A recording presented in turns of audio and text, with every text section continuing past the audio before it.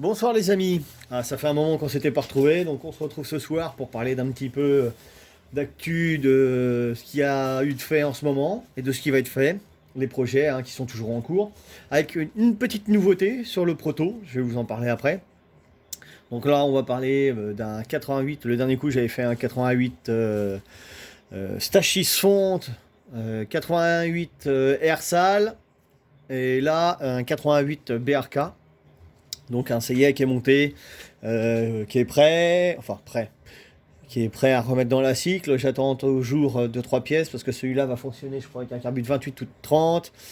La boîte à clapet, été une malle aussi. J'avais dit l'autre coup.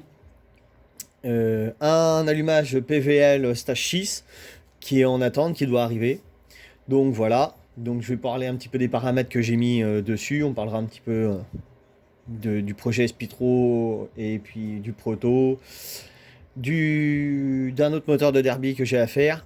Avec aussi en actu le prochain coup, justement quand je vais mettre ce moteur là en place, je pourrais vous montrer pour ceux qui attendaient, qui m'avaient posé la question quand est-ce que je dévoilerais la petite technique, le truc que j'avais trouvé pour réparer les portées de roulement, enfin réparer, faire tenir les portées de roulement plus longtemps. Donc justement quand je mettrai ce moteur là en place, je retirerai le moteur où j'avais fait la réparation, parce que la réparation a tenu, elle, mais ce qui n'a pas tenu, c'est les roulements ont fini par lâcher.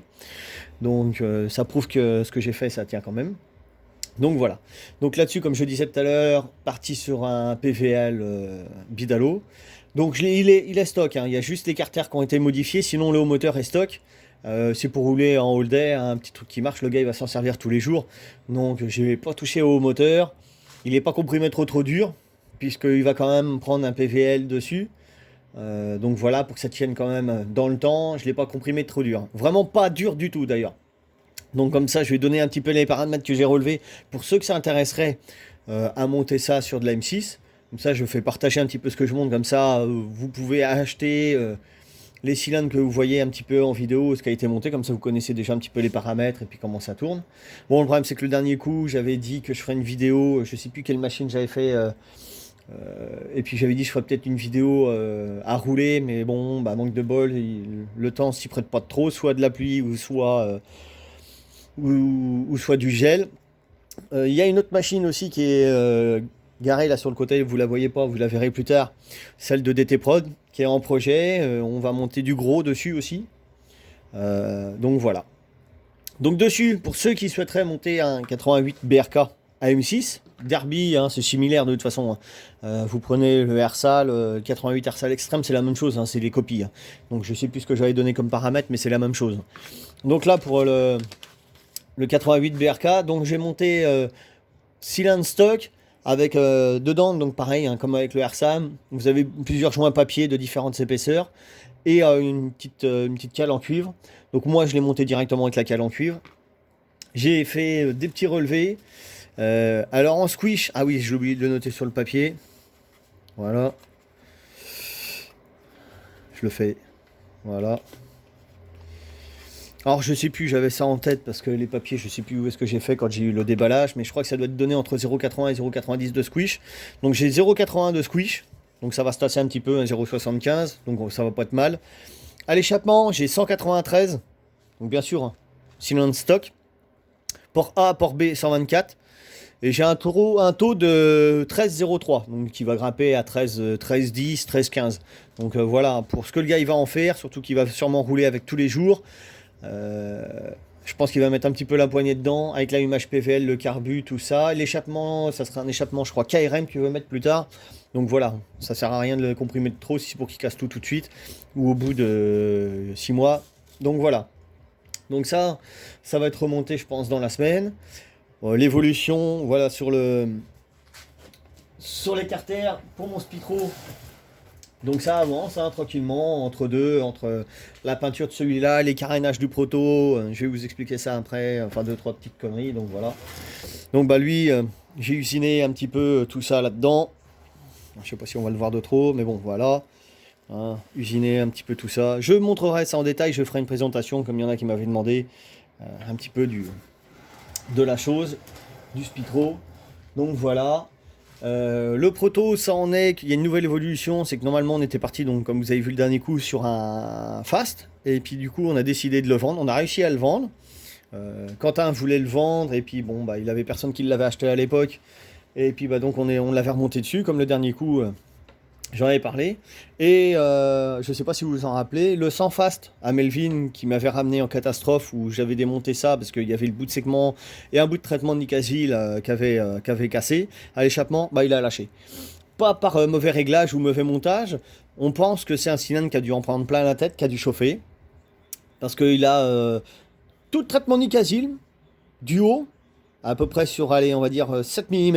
D'après ce que j'ai vu sur les photos, je ne l'ai pas vu en vrai parce qu'il ne me l'a pas emmené, mais d'après les photos qu'il m'a envoyées, tout le traitement Nicasil sur à peu près 1 ou 2 cm de large, sur 7 mm de profondeur, en partant du haut de la culasse et arraché.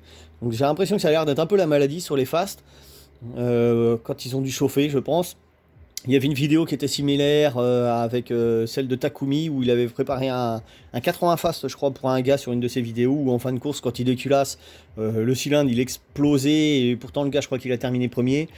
Je crois qu'il y a une vidéo aussi qui traîne comme ça chez Yonnet.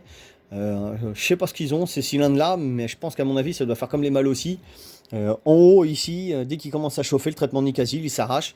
Donc bon bah le truc explosé. Pas par rapport au petit bout qui a été cassé que moi j'avais rectifié en haut, ça n'a pas bougé, ça au niveau de la sortie d'échappement. Il n'y a rien qui a bougé, c'est vraiment en haut que tout s'est arraché. Donc bah forcément moteur bloqué, tout ça. Donc du coup il en cherchait un cylindre. Bon bah Quentin lui a dit bah si tu veux je vends le mien. Puisque depuis le début il voulait partir sur un bidalo. Donc là j'ai commandé un bidalo. Donc on part sur full aussi bidalo, donc 96 WR. Donc normalement, d'ici une quinzaine de jours, je devrais le recevoir. Donc je vous ferai montrer un petit peu ça. Je vous montrerai un peu ce que je suis en train de faire sur la coque, parce que Quentin voulait que je le passe en monocoque. Donc je suis en train de résiner les deux coques ensemble.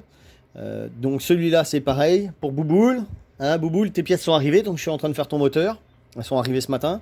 Et je vous avais parlé aussi qu'il y avait un petit 80 fast sur Derby qui devait arriver. Et ben ça y est.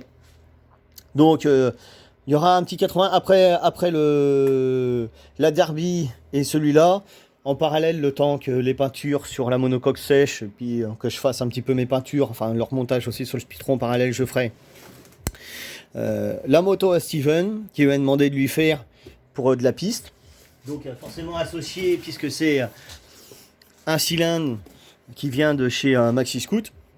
Donc forcément associé avec un vilebrequin Bidalo en course 44.9, puisque les cylindres de chez Maxi Scoot fonctionnent en course 44.9, bielle de 90. Donc voilà. Donc il y aura ça que je vous présenterai le prochain coup. Normalement il y aura la machine avec des petites boîtes à clapet et force, tout ça. Donc voilà, mais bon, il m'amènera la machine, je vous préparerai la machine, je vous montrerai tout ça, une belle petite brêle, et puis on verra. Donc voilà, c'était pour parler un petit peu de tout ça. Et puis sur celle à DT Prod, on va partir sur du 94 Ital Kit, qu'on va monter, je pense, avec un... Enfin, qu'on va monter, oui c'est sûr, on a monté dernièrement un Carbut 34, qu'on va monter avec un échappement de chez Stage 6, forcément, puisqu'on fonctionne beaucoup avec eux, en 90-100. Sur, oui, la moto à Quentin, pareil, ça sera un 90-100 de chez Stage 6. Alors avec une petite modif que je vous dis pas, qu'on vous montrera. Je pense qu'il ne doit pas y avoir tout le monde à faire cette petite modif là au niveau de l'échappement. Ça sera une version spéciale qu'on va remodifier un petit peu, aspect extérieur. On fera des petites modifs dessus. Donc voilà. Et puis, ouais, il y aura pas mal de belles petites choses qui vont arriver. Donc, je sais plus ce que je voulais dire d'autre aussi dessus. Ah, si, voilà, donc celui-là, après, embrayage, top, enfin, de petites babioles dessus. Donc, voilà. Donc, si jamais il y en a qui veulent poser des questions sur les prochaines configs que je vais monter ou sur le 88 Berka, bah, qui laissent un petit commentaire avec un petit pouce bleu, ça serait sympa pour faire évoluer un petit peu la chaîne. Et puis c'est vrai qu'en ce moment c'est pas facile, en espérant pouvoir faire du salbris. Donc c'est vrai que tout le monde ne peut pas en ce moment faire des vidéos s'ils ont des trucs à penser. C'est vrai que c'est pas facile pour tout le monde. Donc voilà, en espérant que cette année on puisse rouler. Ça a l'air d'être encore mal barré. Mais bon, à espérer avec le vaccin. Donc voilà les amis. Eh ben je vous dis à plus tard et salut.